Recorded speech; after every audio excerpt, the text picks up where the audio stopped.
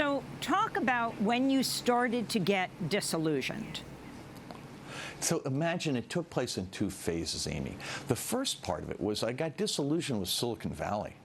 Beginning around 2010, with the financing of Spotify, and then going on to Airbnb, Uber, Lyft, and then Jewel, I started to see companies that were clearly the best of what Silicon Valley had to offer, but whose essential being violated my values. That Airbnb and Uber and Lyft were really about breaking the law, that they basically said the law doesn't apply to us. And Spotify was about essentially profiting at the expense of musicians. And Jewel, of course, was about addicting young people to nicotine. And I just said, you know, I can't keep investing other people's money if I'm not willing to invest in the best stuff coming out of my community. So I decided it was time for me to retire. And when I made the decision in 2012, my fund still had a few years to run, so I had to wait till it ended. It ended at the end of 2015. And then immediately, January of 2016, in the context of the Democratic primary in New Hampshire, I saw hate speech being circulated from Facebook groups that were notionally associated with the Bernie Sanders campaign. And it was obvious that Bernie had nothing to do with it, but the thing that was also obvious was that the hate speech was spreading so virally that someone had to be spending money to get my friends into these groups. And that really disturbed me. Then I saw civil rights violations relative to Black Lives Matter taking place using the advertising tools of Facebook. But the clincher for me came in June of 2016 with the Brexit referendum in the United Kingdom. That was the first time that I realized, oh my God, the same advertising tools that make Facebook so useful for a marketer can be used to undermine democracy in an election. That was when I started looking for allies, and I couldn't find any. And eventually, I was given an opportunity to write an opinion piece for the Recode Tech blog to raise my concerns. And before I got finished with it, in early October, the U.S. government announced the Russians were interfering in the election. And at that point, I scrambled to finish the draft, and I sent it to Mark Zuckerberg and Sheryl Sandberg.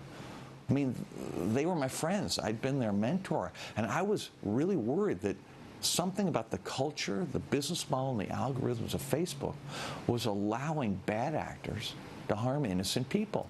And I couldn't believe that that Facebook would do this on purpose. And so I went to warn them 9 days before the presidential election. And unfortunately, they treat it like a PR problem, not like a business issue. And they were nice enough in the sense that they had one of their colleagues work with me for 3 months, you know, to let me try to lay out my case. So between basically the end of October of 2016 and February of 2017, I was begging Facebook to do what Johnson & Johnson did after the Tylenol poisoning in Chicago in 1982. The CEO dropped everything. He withdrew every bottle of Tylenol from every retail shelf until they invented tamper-proof packaging. And I thought Facebook should do something like that, should work with the government to find out everything the Russians were doing, to find out every other way the platform was being abused, either to violate civil rights or to undermine democracy.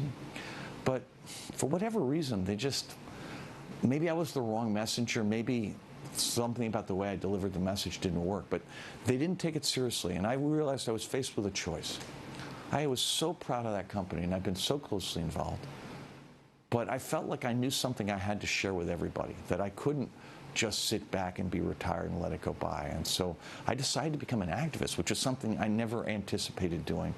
And I've spent essentially the last 3 years every day doing nothing but trying to make the world aware of the dark side of internet platforms like Facebook, like Google, and to help people both protect themselves, but to protect their children, to protect democracy, and to protect the economy. Let me go to Facebook CEO Mark Zuckerberg speaking during a press call last year, during which he dismissed claims Facebook ignored Russia's election meddling or undermined investigations. I've said many times before that we were too slow to spot Russian interference, too slow to understand it, and too slow to get on top of it.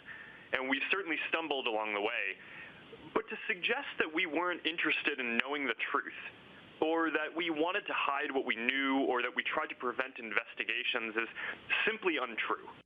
Okay, your response to that?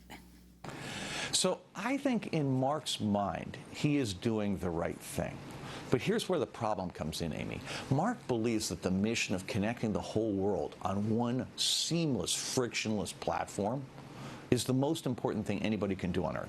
And it justifies any means necessary to get there.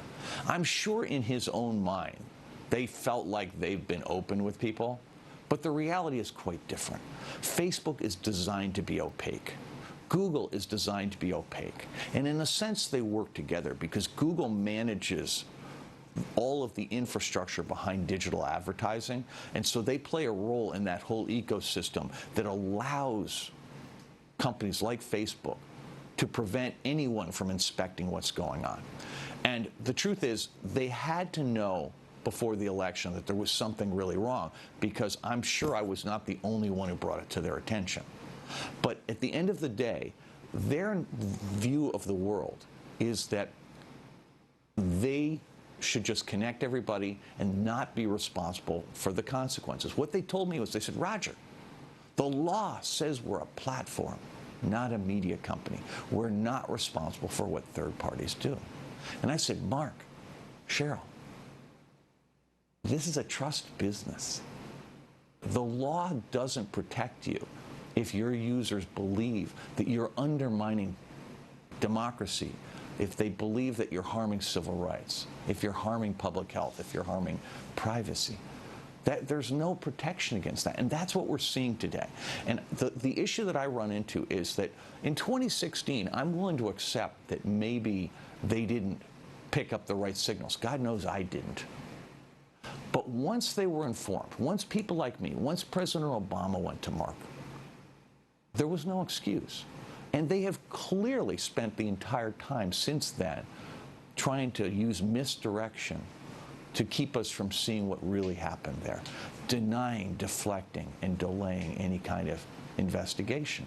If they were really sincere about this, they would have shown us every ad the Trump campaign showed on the platform. They would have shown everything that the Russians did. They would have given us all the billing records. They would have done all of that kind of stuff. But they quite clearly haven't done that. And it goes way beyond just elections, right? You have terrorism in Christchurch, New Zealand. You have ethnic cleansing in the Asian country of Myanmar. You have hate speech around the world. You have mass killings in the United States. I mean, all of these things were enabled by internet platforms like Facebook. And they didn't go out of their way to cause them to happen, but they never put in place any safety nets, any firewalls, anything to protect users from the bad actors who are empowered by the way the algorithms and the culture and the business model of Facebook work.